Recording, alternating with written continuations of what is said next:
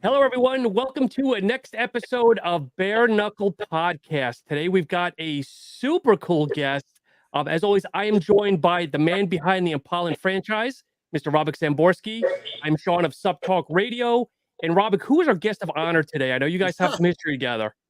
Yeah, well, I found out about our guest from my partner in crime from Carolina, and she was, it's not very easy to impress Carolina, but this guy definitely impressed her because she won't stop talking about him, and she definitely they became friends in no time. I didn't even know about him, to be honest, and then when I got to know him, I found out this guy is an athlete, a bodybuilder, a boxer, a social media personality, an influencer. I mean, and very very humble guy. But it's a tremendous pleasure actually, not just welcoming him to the show, but also I'm proud to. I mean, late to the party, but to announce that he's part of Apollon Nutrition, and we couldn't be more proud of it because this is the type of guy that I think we want to represent our brand, and he's a lot more in no time has become a lot more than just an ambassador. I mean, it's true representative, and I know that I know.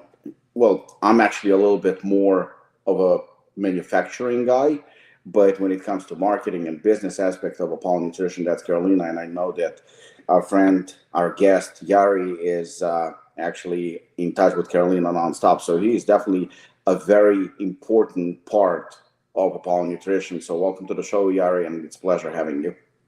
Wow. And just thank you very much on that introduction. That's like mind blowing to me, like super cool, feel like the main event or something. I love being a part of Apollon. It makes sense to me, and I can get into it all day long, but the supplements have literally changed everything that I do as far as my training, my well-being.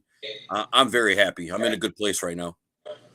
Now, Yari, you've been in the industry for a little while now because I know you're with at least one or two other brands I'm familiar with. One other. When you decided to become I got to call you a free agent, what attracted you to Apollon? Maybe we're looking at other brands as well. That was a question that came in from a listener. So honestly, first and foremost, I love the transparency. I love the message. I love the fact that Robic just says whatever he wants. Like, that's me, but I was kind of not able to do so because I had kind of some rules. I'll be honest about it. And I love the fact that he is free energy. He says what's on his mind. There's no hold back. And I love the fact that these supplements are not geared towards just bodybuilding, that these supplements work for all kinds of fitness. And to me, that is so important.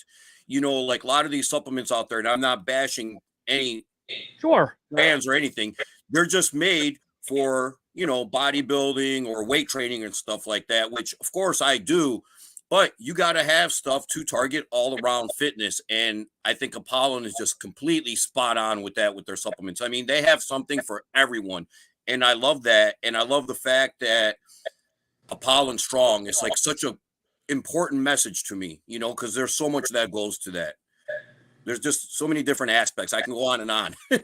Yeah, Robert and I talked about this on an episode recently, how when I got introduced to the brand back in 2017 to where they are now, they've evolved and continue to evolve so much. And again, this isn't a stroke the Apollon ego, stroke Robert's ego, but Robert knows what I mean. When we met, there was never any thought of a health nutrition line or a health line to the Apollon brand.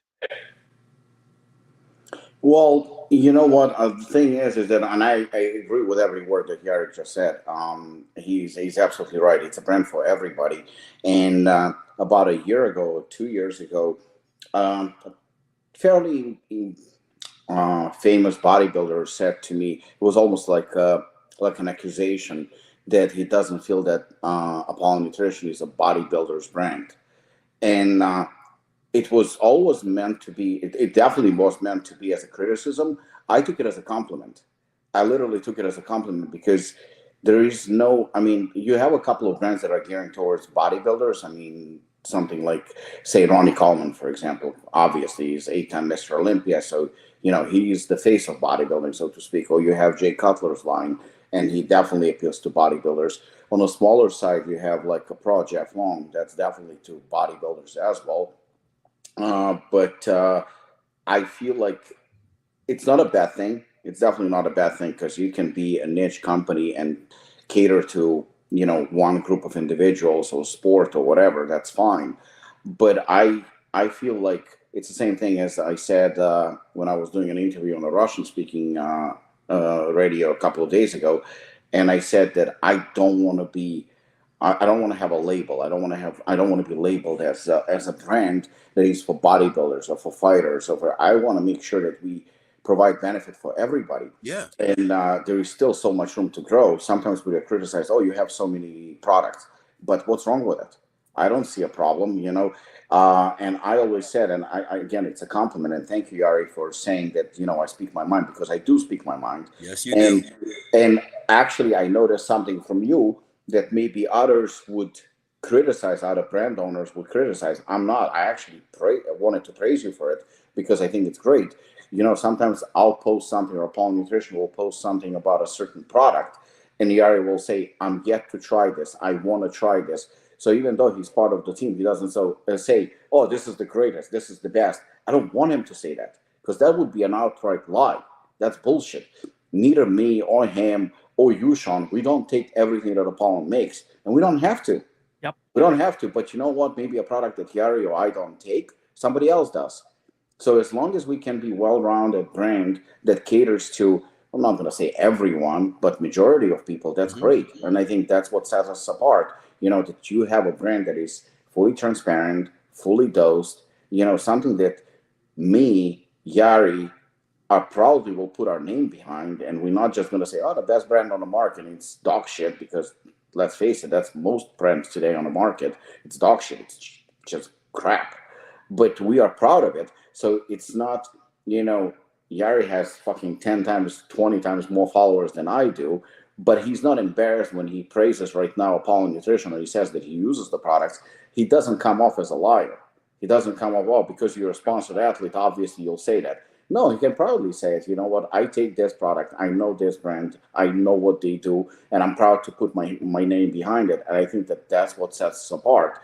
So, no, I don't think we're a bodybuilding brand. And even though we connected sort of to fighters and fighting, we're not a fighters brand either. We just have products for fighters. We have something that fighters can benefit from. But I don't think you can label us as a company that is exclusively, caters to a certain group of people. Agree. Yeah. Yari, I love fitness in general. So in my opinion, Apollon targets just to fitness, and people trying to better themselves. If they want supplements or they want a health line, I can assure you they'll find what they need at Apollon. And that's just the way I feel about it. And not necessarily something that you take, because you can't take everything. It's just impossible. Exactly. Like I don't use right now, and I want to try it, but I get questions, and I've actually texted Robic and I've asked him for information to give to somebody, because people will ask me and I don't know the answer, and I'll tell them, I don't lie. I said, hey, let me find out for you. I haven't used this. Yep. Like I haven't tried any of the pump stuff, because I don't really use pump stuff. It doesn't fit into my training. So I haven't tried it, but I have no problems asking questions and then give people the answer, because I'm not going to tell them about something that I don't know. Yari, talk to us about you growing up. I mean, what got you into the health and fitness? Were you just an average kid, athlete? What was teenage Yari like? Teenage Yari was a bad person, so to speak. Okay. It's not that I was a bad person. I went to school. I love school. I got good grades. I like to fight. I like to get into stuff. Okay. And it's not that I hung out with bad people. I made all my own decisions. Never had an issue with family or any of that stuff. Again, I got good grades. I went to school. I enjoyed school. I just got into a lot of fights. And I decided that I need to be more disciplined about it. And then I got into fitness, and it changed everything with my life. Like I found discipline. I found dedication. I found a way to channel my energy. And I actually I did it as a kid, but then we moved around and kind of fell out of it. But then I got back into mixed martial arts, and I was doing all that stuff, kept getting hurt. And then I was sidelined for a little while, and grew up. I was always like fascinated by Dorian Yates. Dorian was my guy in high school. And I'm like, let me try bodybuilding. And I got instantly hooked to the challenge aspect and how hard it was with the diet and everything. And I decided to start bodybuilding and competitive bodybuilding. Did it for like 8-9 years. Did you want to go pro, or was it just a hobby at that point? No, I never had an intent to go pro. Honestly, it was, and I'll be the first person to say it, it was never on my mind. I never had a pleasant physique. I had 3 chest tears. I'm all tattooed. I knew it's not going to happen. I just wanted to be the guy that doesn't belong, who looked awesome and who can possibly win. Yep. Was there a definitive turning point? As you said, you kind of were a bad kid growing up. Was there a definitive turning point that got you into the fitness area, like to change things up? And was it rock bottom or anything? There was definitely some turning points. I wouldn't say a rock bottom, but I got in trouble as a juvenile really, really bad. And then again, as a young adult, so to speak, at the age 15 through 17, I went through a very, very rough patch. And then 21 through 23, I went through a very, very rough patch. And at 23 years old, I said, this is never happening to me again. And laser focus from there. Gotcha. Robert, go ahead. I don't want to manipulate the conversation here. No. I'm interested because, I mean, it's very, very similar to what I've been through. I also good grades in school. I mean, I can't say that I was like, wasn't studying. I actually enjoyed. I enjoyed reading and finding out shit. I was actually very good at math. I enjoyed studying. I even think that I'm a geek. I mean, that's who I am, and I'm actually proud of it. But I would get a lot into trouble, specifically also fighting, and I can't say that I come from a perfect home, perfect family. I had a fucked up childhood on one hand, and pretty good childhood on the other hand. So, but without getting into details about that, I think that I was taking my anger and, was growing up as a only child, even though I have a half sister, I was taking my anger on other people outside. And that's never a good thing. So it wasn't just fighting for the sake of fighting. In fact, I don't like getting hit. Nobody likes to get hit. If they say they like getting hit, it's a lie. It's not pleasant. Being hurt, it's not pleasant. Being punched in the face is not pleasant either. Punching people in the face can be pleasure. Therapy. It can be fun. But the discipline was not there. I was pretty disciplined in the classroom. I would actually say I was always very polite. Yeah. I was very polite. I was very respectful. Always used thank you, welcome, how are you? I was very good with adults, always respectful. But when it comes to the street, it was completely different thing, which was strange. And then I started boxing at the age of 14 or 15, and I think that kind of grounded me a little bit because we had even though I lived in Israel, our coach was old school Russian coach, very, very, very strict. And I remember when he said, if I find out that you're fighting outside, I kick you out of the club. It was very, very strict, extremely strict. And eventually I did get kicked out of the club. But the thing is that I think that once you go and you take up martial arts, especially if you have a good leadership, if you have a good coach, a good trainer, a good role model, I think that it grounds you, humbles you, and if you adapt the philosophy of fighting, not hurting others, not attacking people. Today I can tell you, if I don't really go to the bars, but if I am at the bar or a restaurant or something like that and a fight breaks down, I'm the first one to run. I'm leaving. I don't want to be near that. I don't want to be involved in that. So I think it teaches you. But back when I was a teenager and when I was a lot younger, I'd be the first one to probably jump in. Me too. That's not the case. I'd be the one starting it. Starting it. But right now, I actually, recall a couple of years ago, we were in Utah and some drunk guy started shit with me, and I just ordered food. I was actually by myself. We were at Sundance Film Festival, and the girls went to watch a movie, and for some reason I didn't. So I was by myself, went to the bar to order food. I was hungry, and there were guys playing pool, and some guy, I don't know, he doesn't like my face or something like that, and he approached me a couple of times, basically starting some shit, and I just ordered food, literally just ordered food, hungry as fuck. And he comes up to me and he goes to me, I'm going to finish the game. I'm going to fuck you up. I remember I got out my wallet, put the money on the counter, and I left. I left. I paid for the food that I didn't even touch. I was like, nope. And it's funny enough that 20 years ago, 10, 15, 20 years ago, I would consider myself doing that as like a really cowardly thing to do. But doing that, I felt very proud. I was proud to walk away, because, if you recall Roadhouse with Patrick Swayze, where he says nobody wins in a fight. Yeah. I think it's so accurate. 100%. So, things change. So yeah, what Yari said, I can definitely relate to it in a way. So Yari, when you decided to do bodybuilding, did you have were you self-taught? That I cannot relate to. That I didn't do. Did you have a coach, a trainer, or were you doing this all on the fly? Like, talk us a little bit about your bodybuilding before we jump into boxing. Of course, I went and I got a coach, and I used him for a little bit, and then of course I went on to other coaches. This is how the industry goes, Yep. But no, I definitely had a coach. I had to learn from the ground up. Like, I weight trained, but I always try to weight train so-called heavy. Like, I never knew anything about volume training. I knew nothing about prioritizing. I knew nothing about diet. I was that guy, just eat and lift, eat and lift. So having the coach definitely guided me. I had to learn the poses and all that stuff. And yeah, so I used some coaches, and I think I did it competitively for 8-9 years. I got on stage, I want to say 22, 23 times. Wow. Something like that. I think I only won 2 or 3. A lot of second places. I think I had 11 second places. So again, I never had a great physique because, again, the tattoos, and it's a judgmental sport. I have a dent in my chest from a tear, and again, I just did it because the challenge, and I wanted to be that guy that doesn't belong but can still cause some noise up there, and just got really addicted to the challenge. And then the last time I did a bodybuilding was during COVID and Masters in Pittsburgh. And it was just not a fun event. It was during COVID. And when I was backstage getting ready, I was telling myself, I'm like, I don't want to be here.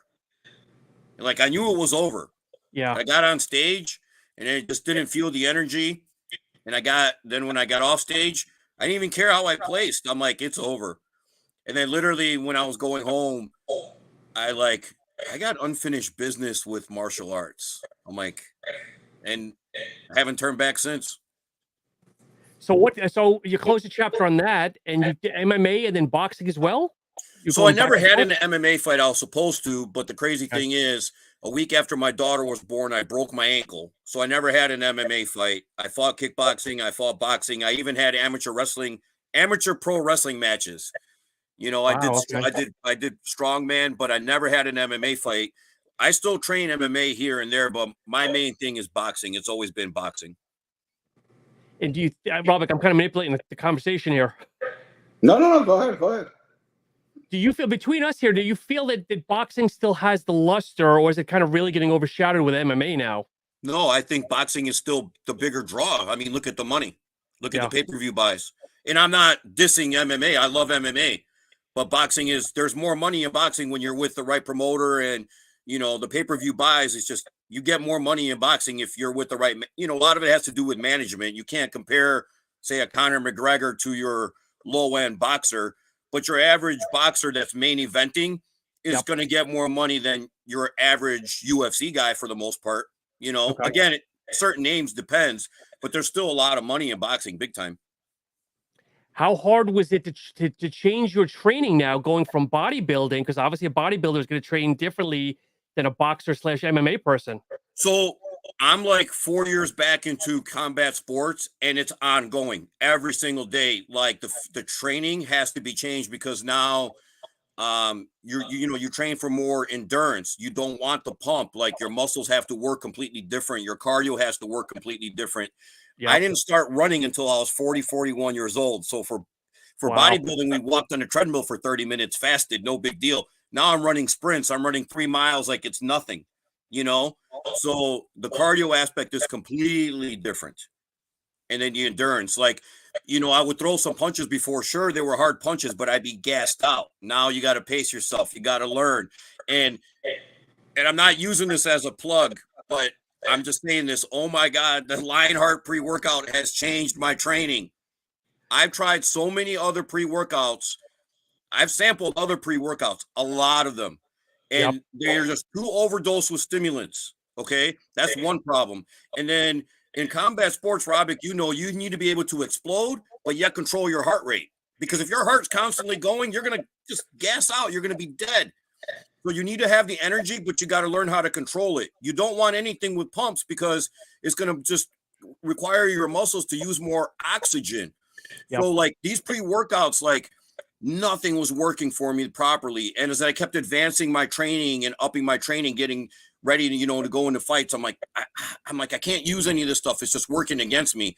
And then I finally used Lionheart. I'm like, oh my God, this is what I've been missing for years.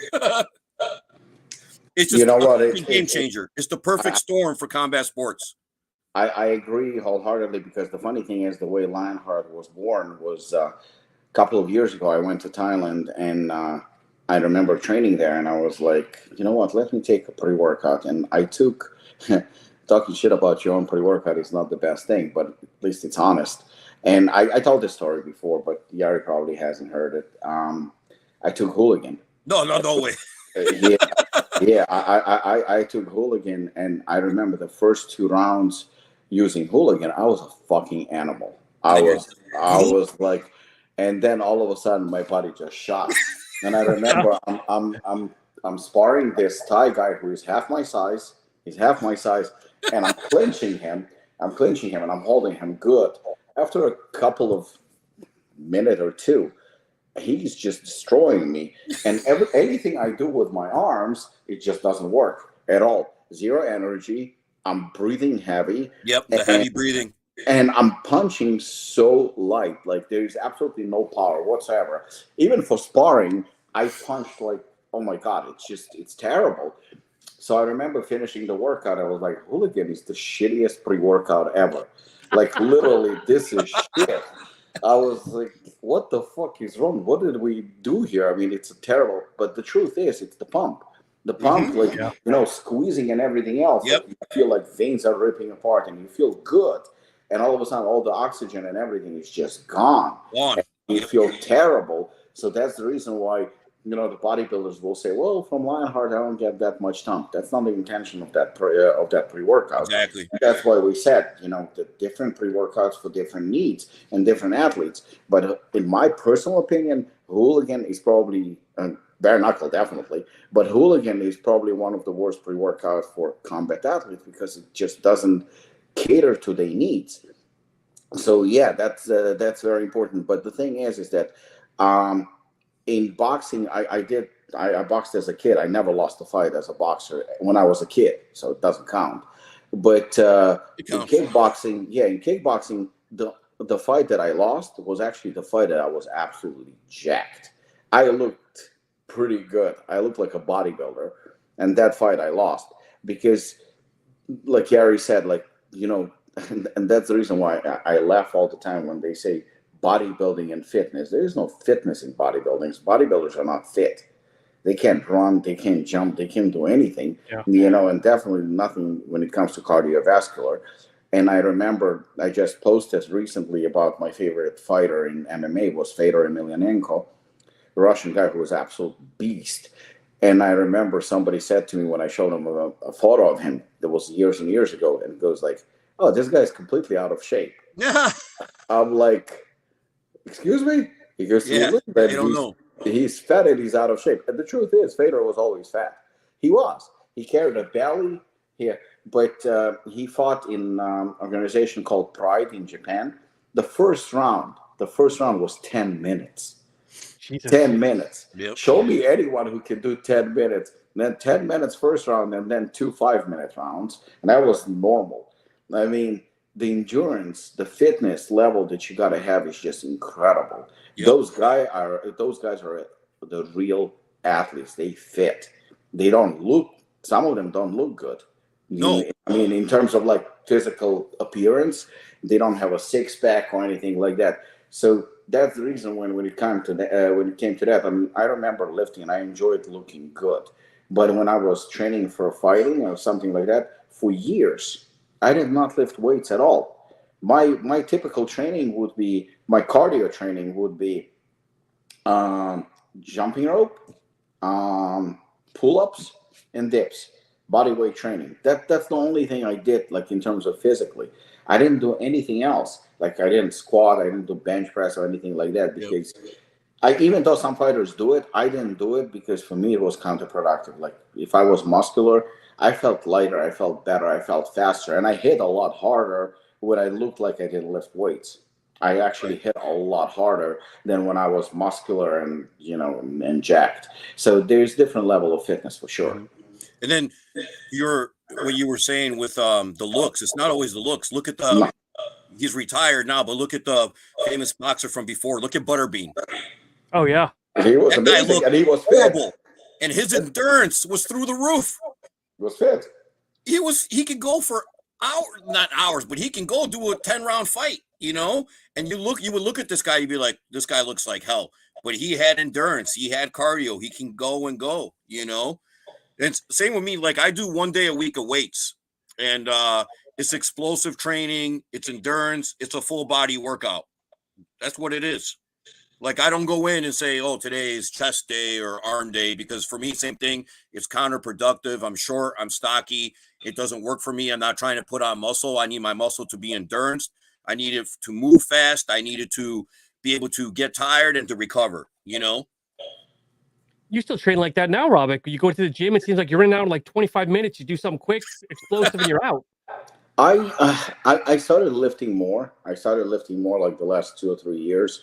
And I won't lie. I mean, a lot of it has to do with Apollon Nutrition. I mean, considering that I am 49, I wanted to show off a little bit in terms of like, in your 40s, you can still look the part by using supplements and training and lifting and stuff like that. So it was for myself in a way to look good, I guess. But at the same time, it was connected also to marketing, and it was connected to Apollon Nutrition. I'm like, listen, I'm not going to hide that fact. It's a fact. But if I was to train for a fight or for endurance, I would definitely do what Yari does, for sure. I mean, my weightlifting would go to a bare minimum. And again, I know fighters, they do lift weights and even lift heavy weights. It's just not me. I felt better when explosive supersets, endurance training. I feel a lot better. Like I don't need to lift heavy weights, and I would use mostly machines. And again, there's no shame in that. I mean, whatever works for me. Yari, you sent me $1 million question on one of my responses. I said, do you want to ask flat out? Do you want to ask the question to Robic? Did you ask in the questions? Oh, yeah. So what are your thoughts on doing another fight? Yeah,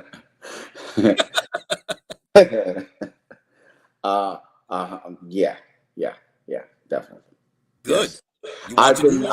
I've been thinking about it for the past 2 or 3 years, and I remember we had a conversation recently with Carolina and with Marina, and we had a meeting actually. We were discussing a possible return to maybe one more or something like that, and I don't remember who said it, but one of them said that maybe get it out of your system. I agree. Because the thing is that, you can do it in your 40s, you can do it even in your 50s. Look at Mike. I mean, I'm not comparing myself to Mike Tyson, of course, but I think it's doable with today's technology, with what we know today about proper training and proper recovery and stuff like that. We can have an illusion that a 45, even though, listen, it happened with Foreman. He became a world champion at 44 or 45 or 46, something like that. I think it's possible. But the thing is we have to be realistic also. We have to be realistic in terms of we have full-time jobs, we have families, we have responsibilities, we have partners, we have associates, we have people that depend on us and stuff like that. To be a full-time proper fighter, not only does it have to do with age, but it also has to do with but age comes to play too.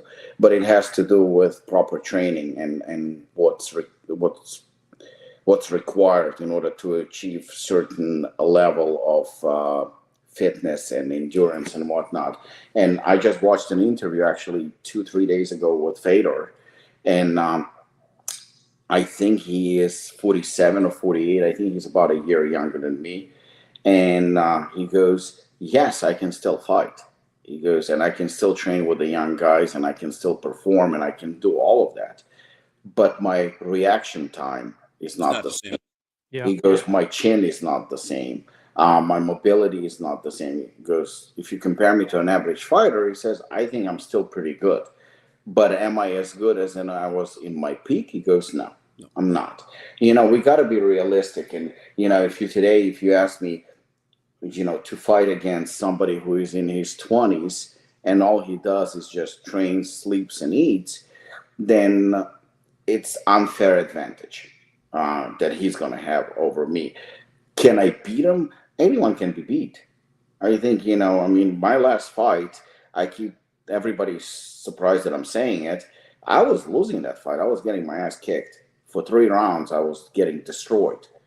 And if you ask me, I lost that fight, but I won. Why? Because I landed a lucky shot and I won by a knockout. Now, technically, I did win. I mean, I won that fight. So it's on record that I won the fight. But just like you with bodybuilding, where you said you don't feel it anymore and you're done because you just don't feel it. I remember my friend, she flew with me to Thailand and she was in my corner, and she's an athlete. She's a former bodybuilder, professional bodybuilder. She's a dear friend of mine. She's an athlete. And I remember after the fight, she came and she congratulated me, gave me a hug, and she goes to me, well, we walked out of the arena of the stadium in Thailand, and she goes to me, so when is next? I'm like, it's over. She goes to me, what do you mean it's over? I said, it's over. I said, I don't have what it takes. I know that I prepared, I put my heart and soul into the preparation of this. I gave my everything to literally get my ass handed to me. I was slower. I felt like I was slower. I was losing technically. I was losing on speed. I was losing on endurance. Yes, it's very hot in Thailand, especially at the stadium. Where it's. I mean, if I wouldn't win by a knockout at the end of the third round, I know that I probably would not make it out of the fourth round because I literally could not breathe. I mean, Wow. I was just my endurance, my lungs were absolutely shot. They were shot. I knew, and even going into a third one, I remember when my corner was saying, "Oh, you got this," which I basically hate when they say that shit because clearly, your fighter is getting his ass handed to him, and you're saying, "Oh, you got this. You're gonna knock him out. You're gonna do." I mean, I did knock him out, but I'm the first one to admit it was a fluke. It was a fluke. The guy just probably, one of those things where he thinks he's got it and he relaxes and he basically almost celebrates and he drops his guard and boom, it can happen. But when and just like you with bodybuilding, and I remember talking to Branch Warren, he said the same thing. I think his last show was Arnold Classic and he placed like fourth or fifth or something like that. And, hotel room, he says, that's it, it's over. When your body will tell you. I mean, athletes at heart, we want to compete in our 40s and 50s and probably 70s. And I'm not saying anything is wrong with that, but we got to approach it from a different perspective. And we have to put everything in perspective and know that, sometimes it's just, not that it's over necessarily because we still train, we still lead the lifestyle, but certain things we have to take into consideration. My biggest problem for me right now is, so I'm 45, endurance wise, cardio wise, mental wise, I'm in the best place I've ever been in my life. I'm 45. But I remember as soon as I turned 40, that recovery just went whoop, like Yep. literally. And I remember some of my older friends are like, it's going to change when you're 40. And I'm younger. I'm like, yeah, whatever. I know what to do. No, the recovery is my biggest problem. Like, I just can't get enough of it. And I train 2 times a day for the most part, unless it's Saturday or Friday. Sundays is usually a rest day or active rest day. But Monday through Thursday is 2 times a day. Friday is usually some kind of cardio, and Saturday is the hard sparring. So my recovery is a problem. It's definitely. I noticed like right now I train with my coach, and I was pretty bad always with keeping my hands up. I was pretty bad. Right now, I'm actually pretty good. Like really, really good. I surprised myself. My hands are constantly glued to my head. I mean, Mine too. I'm there. So I'm very, very surprised. And part of it is the fact that my shoulders are not as jacked, so it's easier to hold them. Like Right. they're not as big, not as massive. But what I noticed is that a couple of times he would sometimes when we do mitts and and we hit pads and stuff like that. He will. He's a fighter himself, pretty good. Yeah, And he will throw. Yeah, he will throw punches at me. He'll throw punches at me, and I see them, and I'm blocking, so I'm good. But there were a couple of times that I blocked just because my hands were up. But I didn't see the punch coming. Just didn't see. My reaction was not there. So I even said to him, like, "Fuck, I didn't see it coming." He goes to me. He tries to give me a compliment, and he goes, "But you blocked it. Your hands were up." I'm like, yeah, but I didn't see it coming. I said, I just did not see that punch coming. So I was like, I put everything in perspective. I know I didn't get hit, but and a couple of times he controls his punches, so he doesn't throw like very hard punches. So I know even if I was getting hit, it wouldn't necessarily hurt me. But a couple of them, I definitely felt, I was like, "Woo, that was a hard one," Yeah. But he will throw punches, especially the hooks. I'm like, fuck, I didn't see it coming. So my reaction is definitely not there. I mean, it's there. It's just not Not the same. Not the same. You need to add Jess to your camp to start training. I've seen some of her stuff on video. Jess is good. Jess is good. Jess is very, very good. Jess, I mean, she's been training once, twice a week. But, I mean, keep in mind, Jessica started training. She started training karate when she was 7, 8 or something like that. And then she went to Muay Thai. And she would just go to my coach and train like whenever she could. But she genuinely loves it. Like genuinely loves it, and she enjoys it. And whenever she can commit at least to a few times a week, she's actually getting better. I would say she's more natural at it than I am. Like for her, it seems like it's a little bit like her technique is way better, especially certain like her hook. I could not throw a hook like her. Carolina is very good. She's amazing.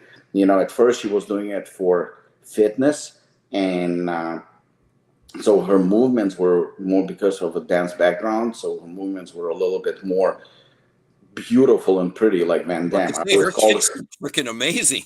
Yeah, but right now her kicks and her punches are like, especially kicks. She kicks like a mule. She actually hurt our trainer a couple of times by kicking the pads. She kicks hard. But, some people just have talent, I don't think I have that much talent. I just probably like more of a hard worker and very stubborn. So I just I want to do it. I want to prove it to myself that I can. I'm one of those guys. But when it comes to talent, I'm not talented. Yari, talk to us about nutrition. How's your nutrition changed going from bodybuilding to boxing now? What is that like? So, awesome question. There are some variables in there. For the most part, being into combat sports, you need the carbs now. It's not about the look. You need the carbs for energy. Obviously, you got to have the right source of carbs. I still weigh out all my food. That's never going to stop. Yeah. Okay. I weigh out all my food. I'm still particular about my cheat meal. I do one cheat meal a week, which is on Saturday night after a hard sparring session. So I do my one cheat meal, then it's back to clean because I honestly enjoy the clean food, but I do a lot more carbs now. I do endless amounts of fruit. I don't count my fruit. I'll eat fruit like it's going out of style. And I told this to Carolina, and I'm going on, this is no lie. I'm going on my third container of protein that I actually finished because I enjoy protein again. Before I would take it because I had to. It's like, coach wrote it in the plan, so I got to take the protein. Never liked it. It was just one of those things. I would never finish it. I'd go on to the next flavor. So now I finished the peanut butter cookie. I finished the pistachio, and I'm on the mango lassi now. I do one shake a day now, always, and I like it. So I definitely still do a protein shake. But again, like my fruits are really high. My protein I keep at 6 ounces. I'm still doing 6 meals a day for the most part. And my carbs, just depending on how I'm feeling. So like on Saturday, when I know it's a sparring day, in the morning, I'll have my aminos just to make sure I'm hydrated because I'm not going to sit there and pound water all morning and then you can't, you're going to have to urinate and whatnot. So I have my aminos in the morning. I'll do some kind of protein pancakes and I'll add like protein powder to it and whatnot. And, but yeah, it's pretty much moderate to high carbs. It's very high fruit and it's still high protein. And what about the mental awareness now between bodybuilding, which is more taxing on you, do you think? I'm not talking shit, but you can't compare anything, Robic, to combat sports because you're getting hit. it hurts. Yeah. You know what I mean? And it's like, I remember when I was bodybuilding, and I would be the first person to say, oh man, waking up and doing this fasted cardio for 30-minute walk sucks. Go out there and try to sprint, run 10 sprints as hard as you could for 10 seconds. See how that feels. Yep. It's so taxing. And then on top of that, where I go to spar, I spar mainly at Rothwell MMA. So there's Ben Rothwell over there. The guy 6'4", 315 pounds. He kicked my ass yesterday. Not even really his punches when he's going maybe 30, 40%, they hurt bad. And it's just night and day, completely different. Like a bodybuilding is going to tax you mentally for sure. It's going to tax you physically because you're going to be hungry. But combat sports is going to kick your ass physically. You know what I mean? Like, because you're going to feel the impact. And then if you're not strong mentally, you could be second guessing yourself like, oh, is this for me? Is this not for me? Am I not getting any better? And at the same time, for me, in ass kicking, it's like, okay, now I know what I need to work on. Yep. You know what I mean? So I embrace the mental challenge. I love every aspect of combat sports. I love it. And like I base my life around it, Yep. Somebody sent in Yari said, how's the injury? You have something going on? Yeah. So 4 weeks ago yesterday, I completely tore my left bicep tendon. It's completely torn. Was it sparring or just some sparring? Okay. Yeah, I completely tore it. So I was on my left side. I was out of the gym for a week, and I was doing therapy in the meantime. I'm still doing therapy now. I'm going to a therapy clinic when we get done. And luckily for me, I got through it. I decided my orthopedic, we got the MRI, fully torn distal bicep tendon tear. So my tendons that are supposed to be like the lower part of my arm have now lifted or have now moved up into the upper part of my bicep, which my orthopedic told me, he's like, it doesn't need surgery. He's like, it's going to be fine there. You'll be able to have full use of it. He's like, the injury can't get any worse. He's like, is it going to look perfect? No, which I don't care. I'm not getting on stage. So like, if I go to flex it, you see a little gap, but otherwise, like if you looked at my arm, you would never know. I don't have, like, it's a little tight from yesterday from throwing some left hooks, but I don't have any pain. I don't have any discomfort. Am I curling 50-pound dumbbells? No. But would I do that if my arm was perfect? No. Yep. So I kind of got lucky, but I'm very proactive with the therapy and stuff. So I got some high-end therapists. I actually was going to some Russian, Ukrainian people. They had some awesome machines that I got some shockwave therapy done, got some dry needling done, and I've just been very proactive with it. Very nice. Very nice. So I got through it. I'm getting through it. But now are you able to overcome it in the brain, though? So overcome it mentally that you're afraid you're not going to snap it again. So this is where I've had so many injuries, and I became a victim to my own bullshit, so to speak. Like I was caught in my mind, like, oh, this is over, and I was mad at the world, and like just an attitude all the time. And this time around, I wasn't even mad about it. Well, like I told myself, I'm like, I'm gonna get through this. I'm like, nothing's gonna stop me. I've come this far. And I told myself, I'm like, if I'm not here mentally, then everything I do is not gonna work. So I stayed completely positive, and I'm not trying to be one of those preacher positive people bullshit. But I told myself mentally, stay strong. You're going to get through this. You will be fine. You've worked too hard. You're going to get through this. And again, I was out of the gym for a week, and then I came back. My coach had me punching because I had full mobility. I kept mobility. I kept stretching it because leaving it alone is the worst thing you can do. Sure. And he had me punching like a noodle, like a pool noodle with my left side, working on speed and technique. And then I punched a pad with the right side. And then we did that for 2 weeks. And then the third week back, he's like, okay, let's bring the pad back. Felt great. No problems. And then I sparred last week. I sparred yesterday. I'm good. So awesome. I don't think, I already know in my mind, it's not going to get worse. I can't re-injure it. Is it going to get a little sore after right now? Maybe a little tight. Yeah, no big deal. It's part of the game. Someone else had asked too, says you get a fight, which type would you prefer? A boxing, MMA, bare knuckle, or kickboxing? It's probably one of the first two, I would think, unless you're kickboxing too, I'm not aware of. My kicking days, I can kick, but I prefer not to. I got an issue with my left hip. I just don't like to kick. To be honest with you, I have to answer the question. It would be bare knuckle. Have you ever done bare knuckle before? No, that's why it would be bare knuckle. And you- as far as like MMA, I love wrestling, slamming people's cool, but my jiu-jitsu is shit, you know? Like if Okay. I can catch somebody in a guillotine, sure, I'll choke them out. I'm sure I could bend their arm, slam them in the face, but I'm not an all-around MMA fighter. And for MMA, I would have to lose a lot of weight for my height. What are your stats?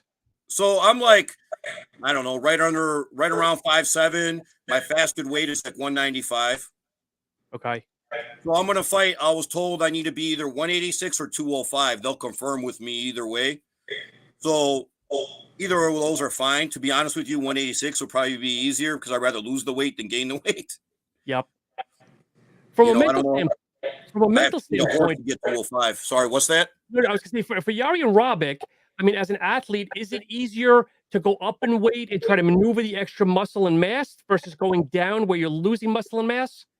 So I think for me, because I walk around pretty lean at 195, I don't think I'll lose much muscle and mass getting to 186. That's not a big deal because I'm still carrying probably at least 3 to 5 pounds of water. So that's not a big deal. But for me to get to 205, I think I'll kind of have like an overspill effect where I might carry some extra baggage in my stomach maybe or something like that. Yep. And I prefer not to fight at 205 because chances are if I'm moving up to 205, the guy that I'm fighting at 205, he's probably coming down from 225, 230. So he's naturally going to be a lot bigger than me. So if I'm coming from, say, 195 to 186, I might have an advantage. So I'd rather go down, me personally. How about you, Robert? Down 100%. Yeah.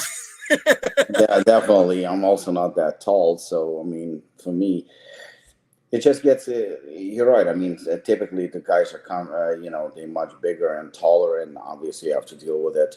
I'm just saying, I tried MMA. I got submitted within a minute by a 16-year-old kid. So I tried it once, and not only that, I'm claustrophobic. So somebody being on top of me is not really pleasure. I mean, I hate it. I like space as much as possible.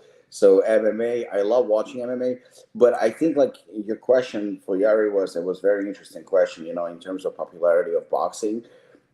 I love MMA. Don't get me wrong. I love watching fights and stuff. But when it comes to striking, when it comes to pure striking, I think that boxing will always have a certain advantage. And same goes for kickboxing. I mean, even though kickboxing is not very popular these days, and Muay Thai, and they don't get paid much and stuff like that. But think about it. When a striker fights an MMA guy, even if he's an MMA striker, the real striker from kickboxing or boxing, 9 out of 10 will win. And we just saw Ngannou, who is an amazing puncher. I mean, the guy punches like a fucking tons of bricks. In MMA, he's a scary, scary guy when it comes to punching. He went to boxing. Well, I knew that Castro was going to get him. I knew it, Didn't work out that well because, you know what? A boxer, professional boxer, elite professional boxer. I honestly, not to talk shit about him, because the Fury fight, I don't really count it as a fight. That was a freak show, circus show. I think an amateur boxer would beat Ngannou. An amateur. A good amateur boxer would probably humiliate him. Why? Because it's a skill. Mm-hmm. I mean, if you look at MMA fights, a lot of them look like a street fight.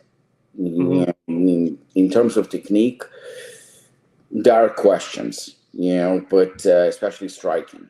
But when it comes to boxers, I mean, they call it sweet science for a reason. It's Agreed. Very, very, very hard. It's an art. It's an art. It really is. I mean, if you put an MMA fighter against a kickboxer in a kickboxing match, 9 out of 10, again, the kickboxer will win. If you put an MMA fighter in a boxing match, a boxer will win. And I know the argument could be, oh, look, but Vitor Belfort beat Anderson? No, in boxing, Holyfield. Oh, That doesn't count. But that doesn't count. Yeah, That really doesn't count. You know, he beat a 60-year-old man right. Yeah. who hasn't trained and fought in such a long time. That doesn't count. So a lot of MMA fighters were like, "Oh, look, Vitor beat Holyfield." He didn't beat Holyfield. You know, just like even if you talk about MMA, Ryan Bader, I have nothing negative to say about him. He's a good fighter. I think he's a very good fighter. But a prime fighter, he would not be able to touch. Just no, but he beat him. So everything has an expiration date, so to speak, and everything has, the disciplines you cannot compare. But boxing, I think, more than anything today, is extremely, extremely popular, and they're getting paid shitload of money. Yes, they dipped for a while, maybe because of lack of talent. I don't know why. But now they're putting on great events again. It's a show. Now they put in great events. Yes, I mean, elite boxers are making fucking $50 million a fight. And there's so much young talent out there. You got the Vargas dynasty. You know, you got Shakur Stevenson. You got Tank Davis. There's so many young guys out there. And they've brought, I think boxing is back. It's a big event, and people tune in for it. The money is there. The sponsors are there. And I enjoy watching it. Again, I love watching the UFC because they're broadcasting everything they do is great too. But the whole feel of watching a pay-per-view boxing event is still completely different. Yeah, the money, I don't even think MMA will ever be able to catch up. I mean, hopefully it will, but just boxing just took a whole new level of money, prize money. I mean, just insane. Today, the best MMA fighter, we're not talking about the best, most marketable. Yeah, I mean, probably Conor McGregor can walk away with 5, 10, maybe even $15 million because he's Conor McGregor. But Conor McGregor is not just a fighter; it's a brand. Yeah, he's a brand. It's a brand. Other than him, they said he's a third most popular MMA fighter in the world, Alex Pereira, because you have obviously Conor McGregor, John Jones to an extent, and then you have Alex Pereira. I think he received for his last fight $3 million. $3 million. He's a world champion. He was a 2-division champion. He's the best MMA fighter probably in the world right now. Active, and yeah. He walks away with $3 million. $3 million is very, very common in boxing. That's not even a lot of money. No. That's how far they went. I mean, we talking the rematch between Usyk and Fury? I mean, they each probably going to walk away with $100 million. That's just insane money. Insane. And that's probably their guaranteed purse before everything else, you know? Yeah. So, yeah, boxing, I mean, and that's why you see like a lot of MMA guys now transitioning to boxing. Because that's where the money is. That's where the money is. Yeah. All right, since we're talking, Yari, since we're talking boxing, predictions on Tyson and Paul. Do you think it's going to be long, quick, and painless, or what? Of course, I want to go Tyson, you know, if that fight even happens. So here's a true story. I never told anybody for the most part, but I'm going to say it now. It's crazy. I had an opportunity to be on that undercard. Wow. Someone messaged me and asked me if I would be interested in fighting on that undercard at light heavyweight. In minutes, I was like, "You're busting my balls. It's a lie." He's like, "I'm serious." I'm like, "I'm in. I don't care." You know? So obviously it never happened, but just even to be thought of for that opportunity, I was like, "Yeah, I'm in." You know, whatever, I'm in. But of course, I want Tyson to win. I met him 3 times. I met Mike Tyson, and I would definitely go Tyson. But it's really hard because you do got to factor in his age. I think if he got Paul out of there quick, because he still has the power, he can win. But if it went long distance, who knows? You know. Yeah, you keep reading all this stuff that's popping up on social media that there's things in the contracts that it should go a certain amount of rounds. If he stays longer rounds, there's more money. I mean, I don't know. We'll see what happens. It's a business. I mean, today boxing, MMA, fighting in general is a business, and it should be approached as business. Are the fights fixed? I don't think so. I don't think the fights are fixed. I think that were they fixed fights before? Of course, somebody's getting paid to take a dive or something like that. That can happen, but that can happen in any industry. That's normal, But at the end, fighting is business. So Yep. you have a guy who's almost 60. He's way more skilled than Jake Paul, a lot. And like Yari said, if Tyson explodes the way he used to explode, because the power is the last thing to go, he still hits extremely hard. Technically, I'm pretty sure he's better than Jake Paul. I mean, there is no doubt in my mind that technically he's better, but maybe he doesn't have the same chin. Maybe he doesn't have the same reaction time. Maybe he doesn't have the same endurance. And those are the things that definitely play a huge part against him. I think if the fight finishes in the first round, Tyson wins. I'm pretty sure Tyson wins. But if the longer the fight goes on, Jake Paul has an advantage for sure. I agree. If you compare them at their best, which of course we're not going to get, but at their best, I mean, Jake Paul would not be fighting Mike Tyson. No. He would not be fighting Mike Tyson ever. That's just not possible. And to touch on what you said about it being a business, like these guys promote it, right? But at the end of the day, they all get along for the most part because they're making so much money. How could you hate the other person? You know, so they sell the fight as if there's like true animosity. And back in the day, when you had, say, Durant versus Sugar Ray Leonard, right? Those guys hated each other. Yeah. No, that was real. That was real. So they went to hurt each other. You know what I mean? They wanted to murder each other back then. Of course, it was a business, but the fighters weren't involved as much. Their managers and the promoters did most of the stuff where the fighters really, they were told who to fight and they fought. And those guys had true animosity back then. It wasn't much of a business and a showcase as it is now. Yeah, they wanted to kill each other. I mean, they wanted to kill each other. If you take, for example, Mayweather and Conor, right? I think the fight was real. 100% it was real.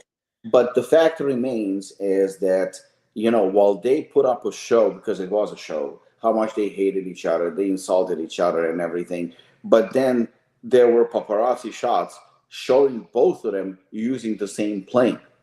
They were on the same plane together. They were traveling together. They were social with each other. There is no animosity between them. Because he walked away with over $100 million. Exactly. How could you be mad at somebody that helped you make so much money? Yes. So the only fixed thing about that fight, because that was definitely fixed, is the fact that Mayweather could have put Conor away much, much, much earlier. He toyed with him.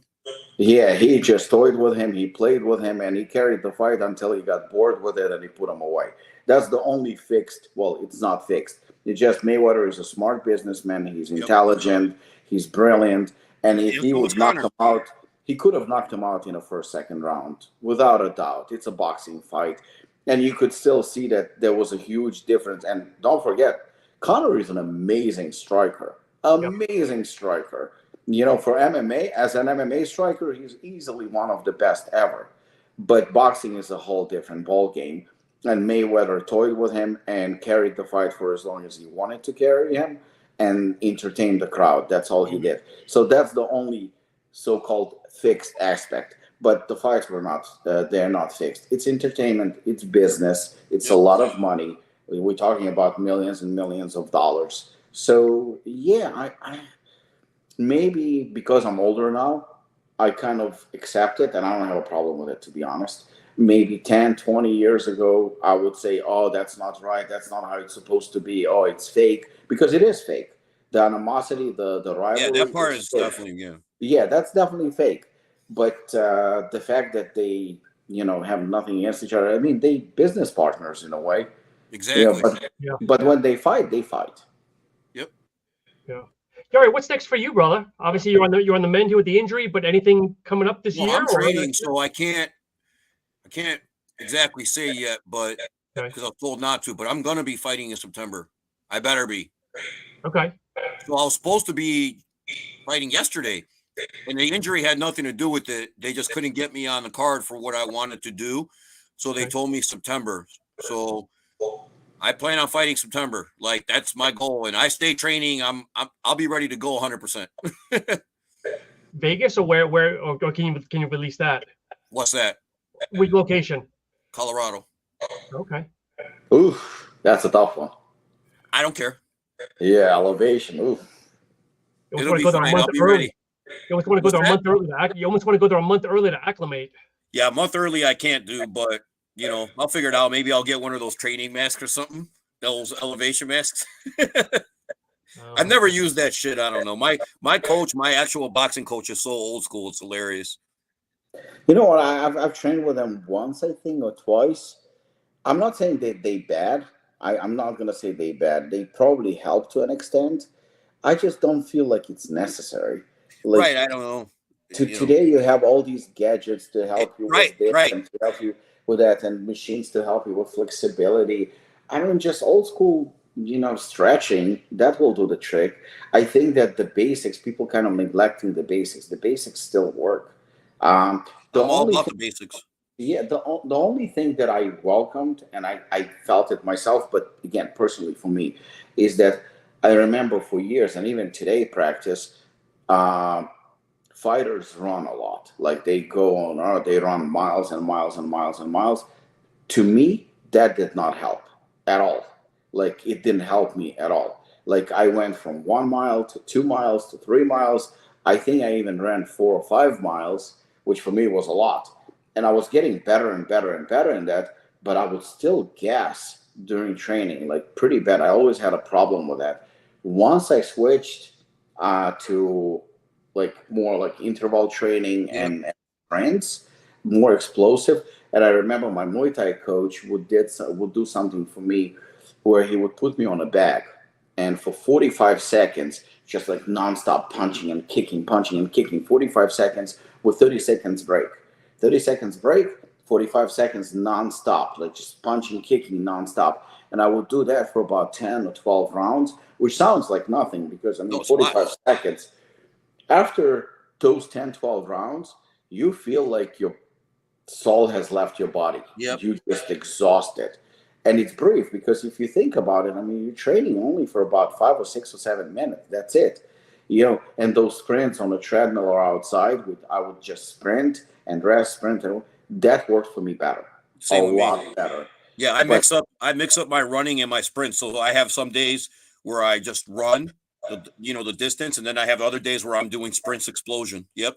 Yeah, and then I talked to my coach, who's a little bit more advanced, and I think that's where I like that the modern technology came to realization that it's not about running.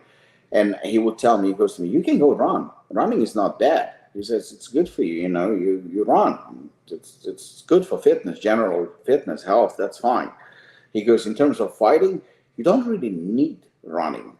He goes, when you run, you're getting better at running.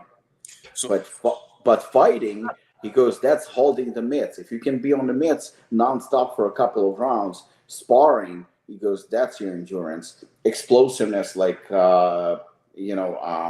explosive training, sprints and stuff like that. That's what will make your fight endurance better than running. Because running is going to make you better at running. There's nothing wrong with it, but it's not exactly a must. There are some people who don't run and they're absolutely fine. yeah. Ben Rothwell actually told me, he said that a lot of people will focus so much on the running aspect of it that they become good runners instead of trying to become better fighters. And I'm like, that makes so much sense. 100% true, because I have that philosophy. So I have a good friend. He runs the New York Marathon. He loves running. I mean, he has a body a little bit similar to Fedor, so he's not really like a six-pack guy or anything like that, but he's fit. He's good at running. He can just get up and go for an 8-mile run. Do you see me 8-mile run? I'll die. I'll die. I'll collapse and die. And I remember one time he came to train kickboxing with me just for the hell of it. And after 2 or 3 rounds of kicking and punching, he gassed. It's different. He was exhausted. And I was like, what the fuck? I thought this guy is going to be like for an hour or two nonstop because he's such a good runner. But it's completely different sport. Look at, for example, and again, this is just stuff that we see, read. We don't really know what's going on behind the scenes. But Sean Strickland, like everybody pretty much is under the same impression. Like all this guy does is spar. He doesn't really run. He doesn't really weight train. He's sparring all the time. And the guy's endurance is just nonstop. Because that's pretty much fighting. Yeah. That's pretty much fighting. I mean, if you look at powerlifters, right? Some powerlifters move a ton of weight. I mean, we're talking bench press and squat, and you'll see like some of them are very skinny, and some of them are overweight. They have a huge belly or stuff like that. And they're like, you don't look like a bodybuilder. He doesn't have to, because he trains for completely different sport. And then you got guys like, everybody's different. You know, you have to trial and error. Look at the Diaz brothers. Those guys are always in shape. Their cardio is always amazing. And they do triathlons, you know? Yeah, and then probably, I mean, last but not least example, I remember talking to somebody at Apollon years and years ago when Phil Heath was a Mr. Olympia. And he goes to me, I don't like Phil Heath. I was like, why? He goes, because he trains like shit with light weights. I was like, okay, he doesn't train like Ronnie.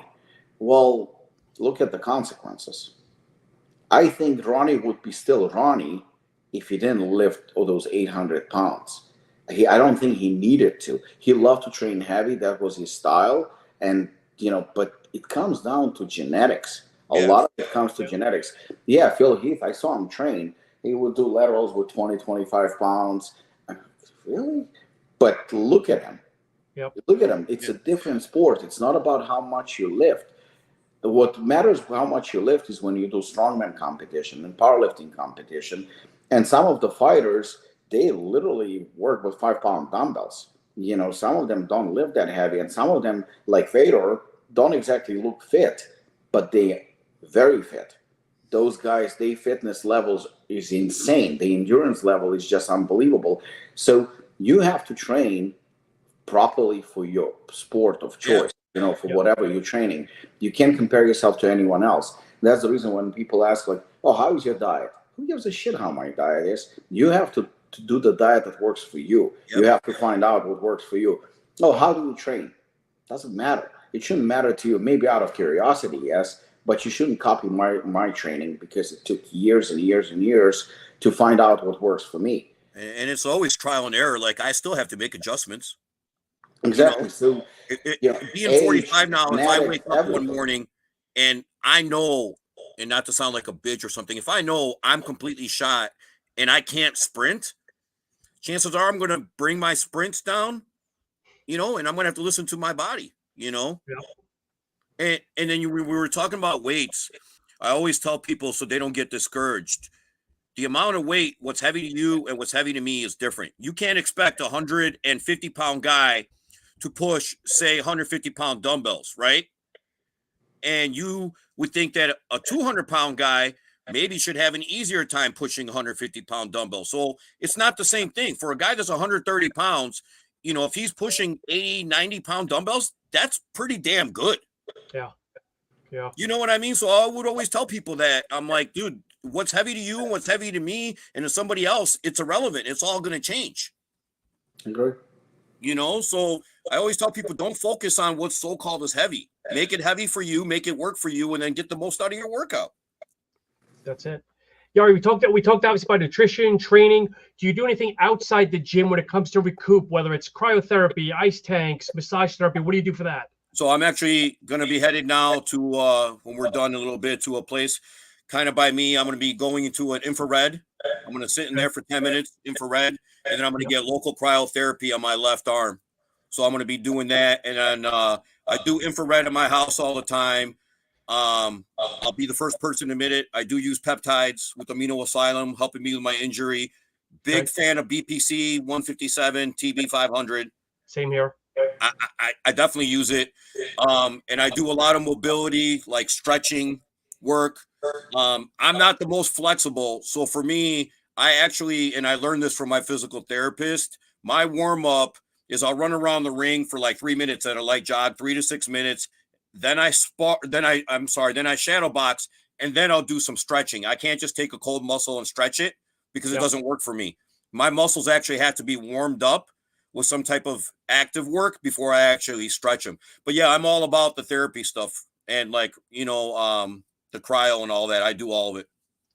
That's how I always say. That's how you know you're getting old, where the stretching is just as long as the actual activity itself. So I take a while to warm up. Like I'm one of those guys. Yep. So Yari, as you wind down, one last question here. We talked offline about how you're a big movie buff. I put Robic on the spot with this question.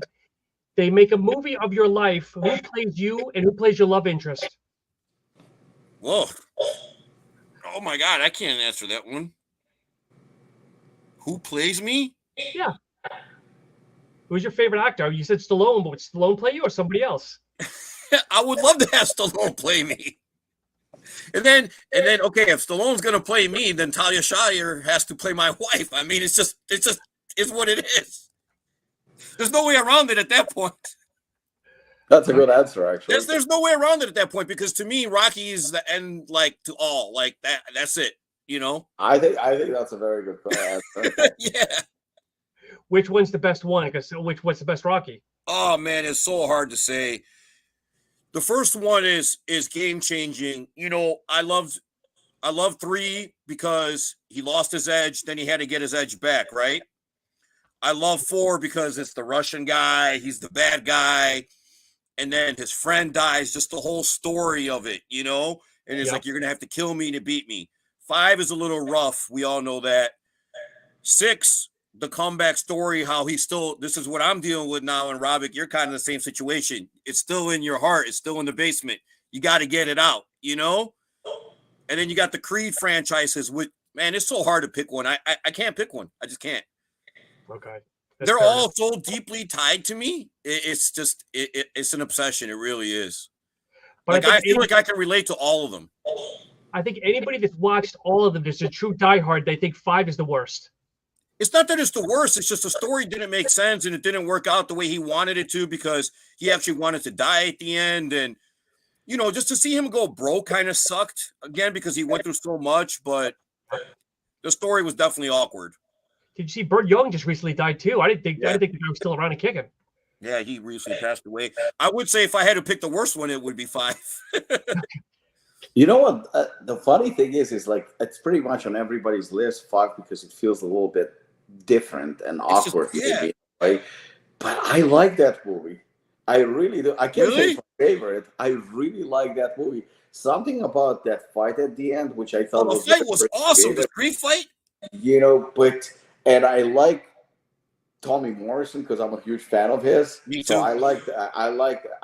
It definitely had holes. That one had holes. You know, I mean, because they showed the beginning that he comes straight from Russia. And when he was going to Russia, his son is like 8. All of a sudden, he came back from Russia, and his son is like 15. Yeah. So that like makes a little bit no sense. And then he comes back, and he's like punch drunk. He's got his accent back from the streets, and he sounds like he's half out of it again. You know, there was definitely some issues there. There were issues with. I'm surprised to say it, but he was issues with writing. I think the fights were great. I think the idea was great. Yeah. The execution was definitely had holes in its game. So I think it still was a good movie. I think it was a great movie, actually. But when you compare it to the rest of them, yeah, it's probably the weakest one, because not probably, definitely the weakest one, because it just had, it seems like it was rushed. It was rushed. Maybe. Or something with that just didn't work. You know, the whole point of him being broke all of a sudden, and again, son fucking being 15 instead of 8, and having no teeth in the fourth one, it just I don't know. It just doesn't sound good. I like the fact that he looked pretty much the same as in Rocky 4. You know, in terms of physique, he was still very fit, and you could believe that he came from Russia. I thought the beginning in the shower, it was very, very, very good. Very good. He was showing that he was having problems from the fight. I thought it was excellent. But then, and the flashbacks, of course, with Mickey, I thought that was excellent. They were good. But the movie had holes, and as much as I love Tommy Morrison, and I thought he was a great sort of villain, it's not fair to say it, but I'll say it anyway. His acting was atrocious. It was so bad. His acting was just terrible. You know, so yeah, I can see. But some people like really hate the movie. I don't hate the movie. No, I don't hate it. I think just in comparison to the first, second, third, fourth, sixth, it was definitely the weakest one. I'm so, on another note, I'm so Rocky obsessed. When 6 came out, I literally changed my work schedule to go watch it. And then when they did Rocky IV, the director's cut, which came out, I think 2 years ago now at this point, it came out for one night. Same thing. I changed my work schedule so I can train that morning and go watch it that night. And that movie was different. And I'm like, I felt like I just changed 15 years of my life around, with the director's cut.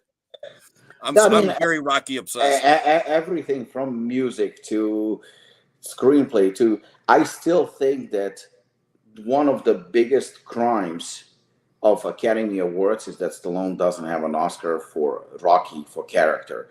I think that they should be ashamed of themselves, because that just, when you watch Stallone, and I think that's, we always say, I mean, that the movie buff comes out on me right now.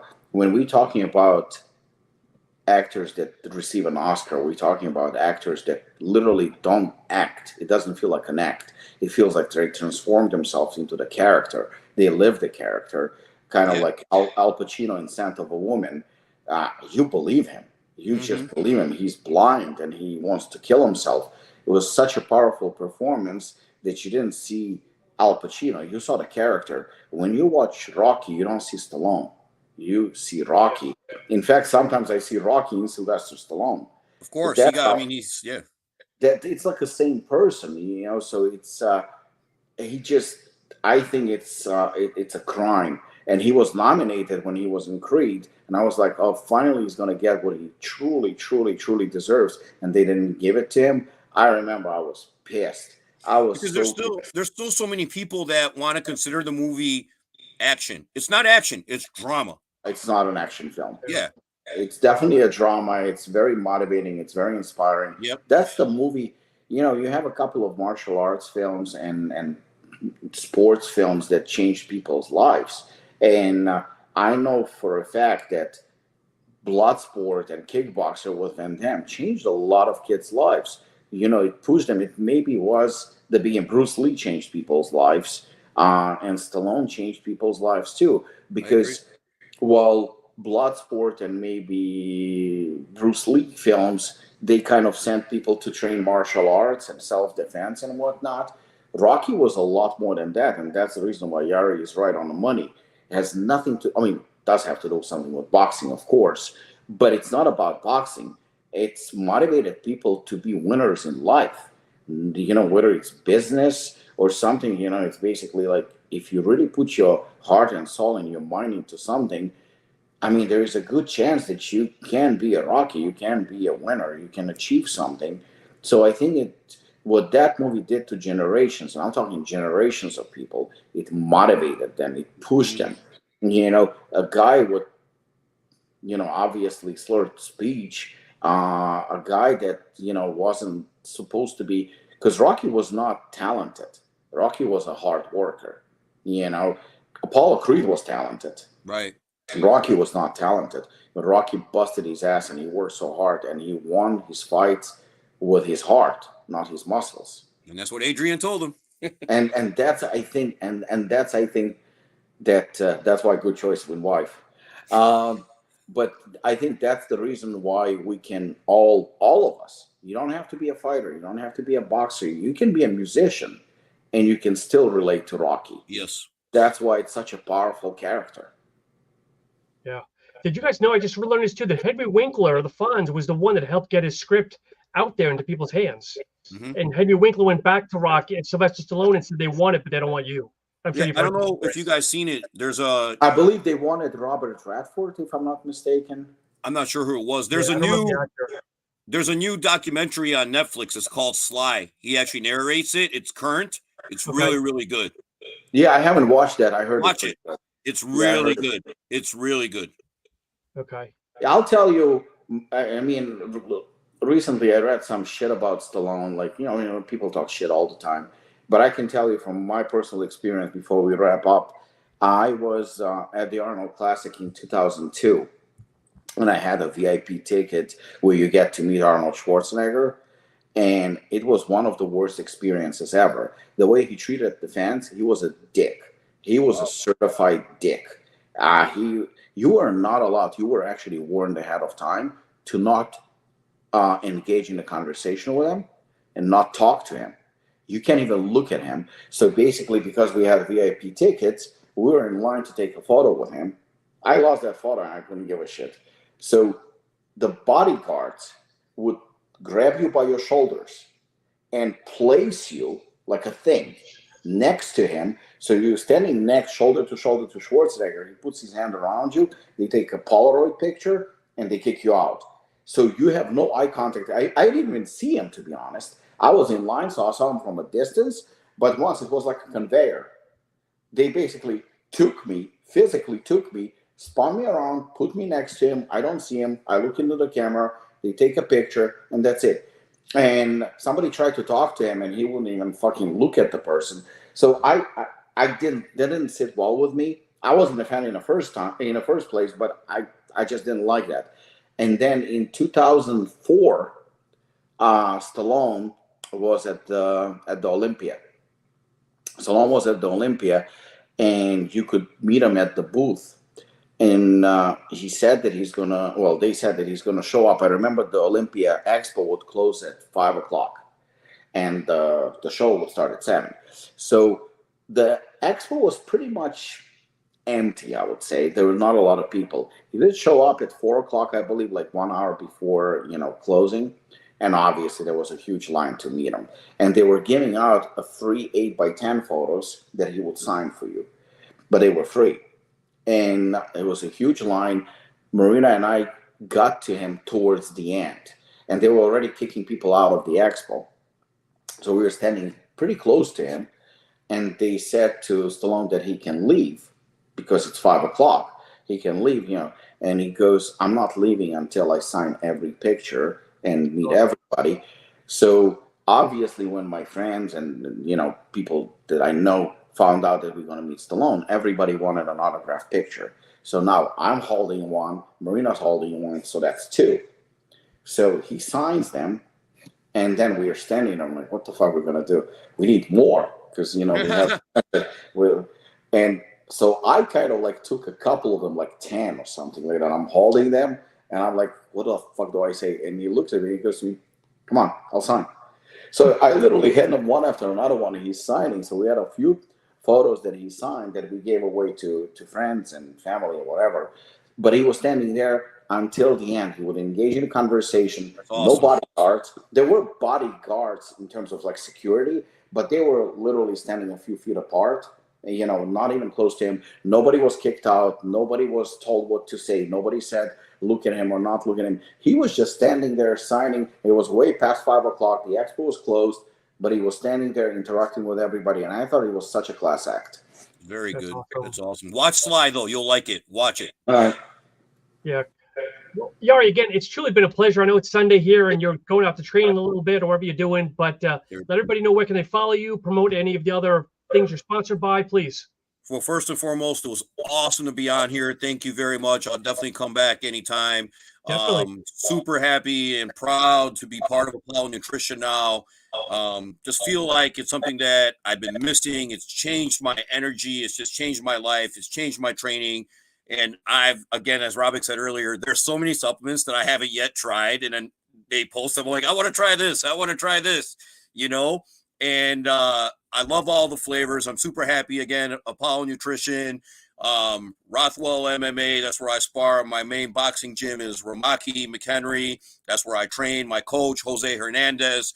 Ben Rothwell is like my big fight mentor, big brother to me. So I'm just really happy right now, and I look forward to the future. And Swole House Meals does my food for me. They take care of me there, and I just feel like I'm in a good place, and I'm really looking forward to embracing all the challenges moving forward. Love it. And Yari, what's your Instagram if people want to follow you? My Instagram is Yari513. Perfect. Yari, again, it's truly been a pleasure. And as you mentioned, the door is always open. We look forward to, if you have your next fight or even before that, come back. Let's discuss training, or if you get the big W. And as always, folks, thank you so much for watching. On behalf of Robik and myself, have a great Sunday. Thank you. Take care, guys.